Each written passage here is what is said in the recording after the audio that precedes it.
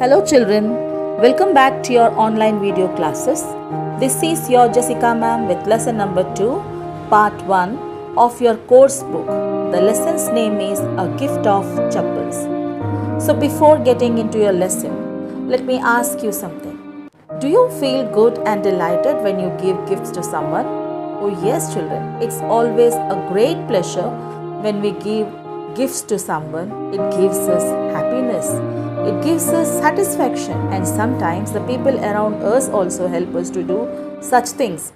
So today's lesson is all about some of the kids who gifted a pair of chappals to a poor beggar. It's really funny, but the cause was noble. So let's get into our lesson. Listen to it carefully. Children, first of all, let me tell you that this is basically a Tamil story where the names and identities are different. So let's come to know about the main characters of the lesson. They are Mridu, a simple girl who lives with her Tapi. Tapi means her grandmother. Ravi, Lali, Meena are the three siblings. They are the cousin of Mridu. Rukmani is the mother of all these three, Ravi, Lali and Meena. Pati is Ravi's grandmother. Tata is grandfather. Gopu Mama is uncle for all the four kids. Music master is Lali's music teacher. MP Pune or Mahendra Varman Pallava Pune is the great cat and the beggar. So this story revolves around four cousin siblings.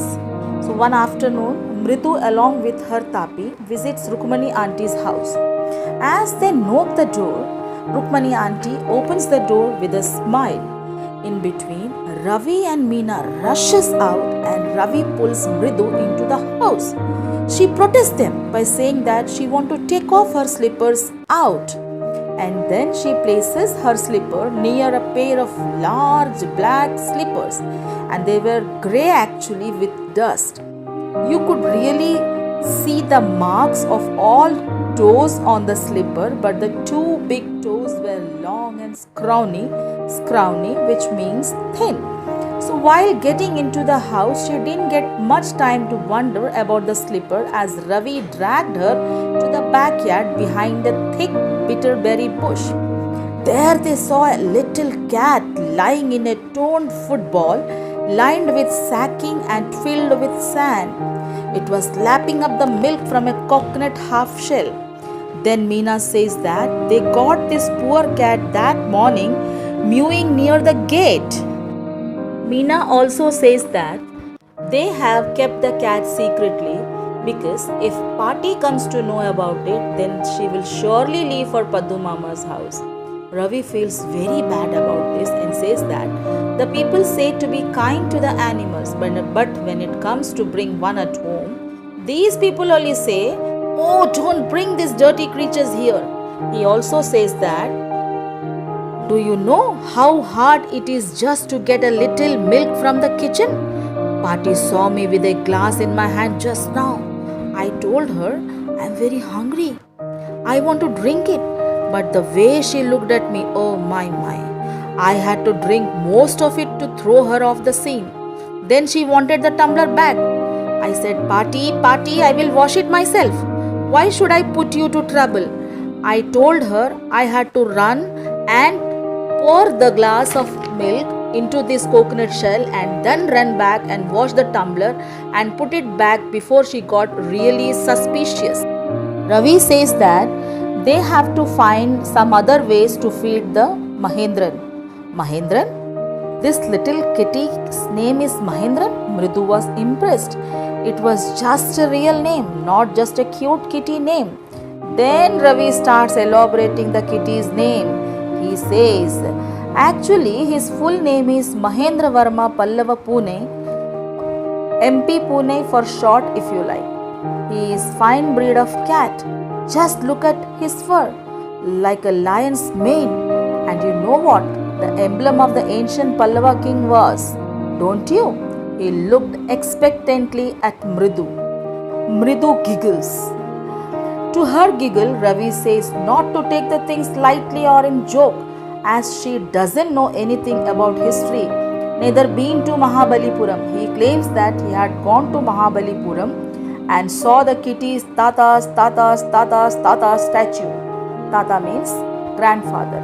Tatas means great grandfathers. He says that this Mahendran is descended from that very same ancient cat. He says that scientifically its close relative is a lion, which is the emblem of Pallava dynasty. He went on and on and on, walking around the bitterberry bush, waving a twig up and down in his hand with sparkling eyes, and finally says that this cat is none other than the Mahabalipuram Rishi cat. And also he reminds that cats were worshipped in ancient Egypt. Now, while saying all these things, he loved his own voice, and seeing him, Mridu and Meena exchanged their looks. Then, to his last explanation of cats being worshipped in ancient Egypt, Mridu asks, how is that connected with this? To this, Ravi says that this cat has descended from Egyptian goddess Bastet, which was stowed away in one of the Pallava ships, and her descendant was the Mahabalipuram Rishi cat, and its descendant is this cat, pointing the twig towards Mahendran or MP Pune. He was pleased by himself for his explanation. All of a sudden, they saw Mahendran was alarmed while sharpening his claws on the edge of the coconut shell. The sound was worse than a screech from the window. Mridu was startled and MP Pune was frightened. His hair standing on the end, he bounced up and scurried towards the bamboo tray with the red chilies drying in it. While hiding under it, he tipped few chilies over him and made the sound meow and howled miserably. The creaking sound went on and on. Then Mridu asked about it. Then Ravi grunted and said that it's Lali who is learning to play violin. He also said that she will never learn a thing as the music teacher just goes on playing like a train whizzing on and on, while Lali is all time derailing, going completely off track. So children, this was the first part of the lesson. I'll be back with the second part of the lesson in our next class. Till then, stay safe and stay home. Take care of yourself.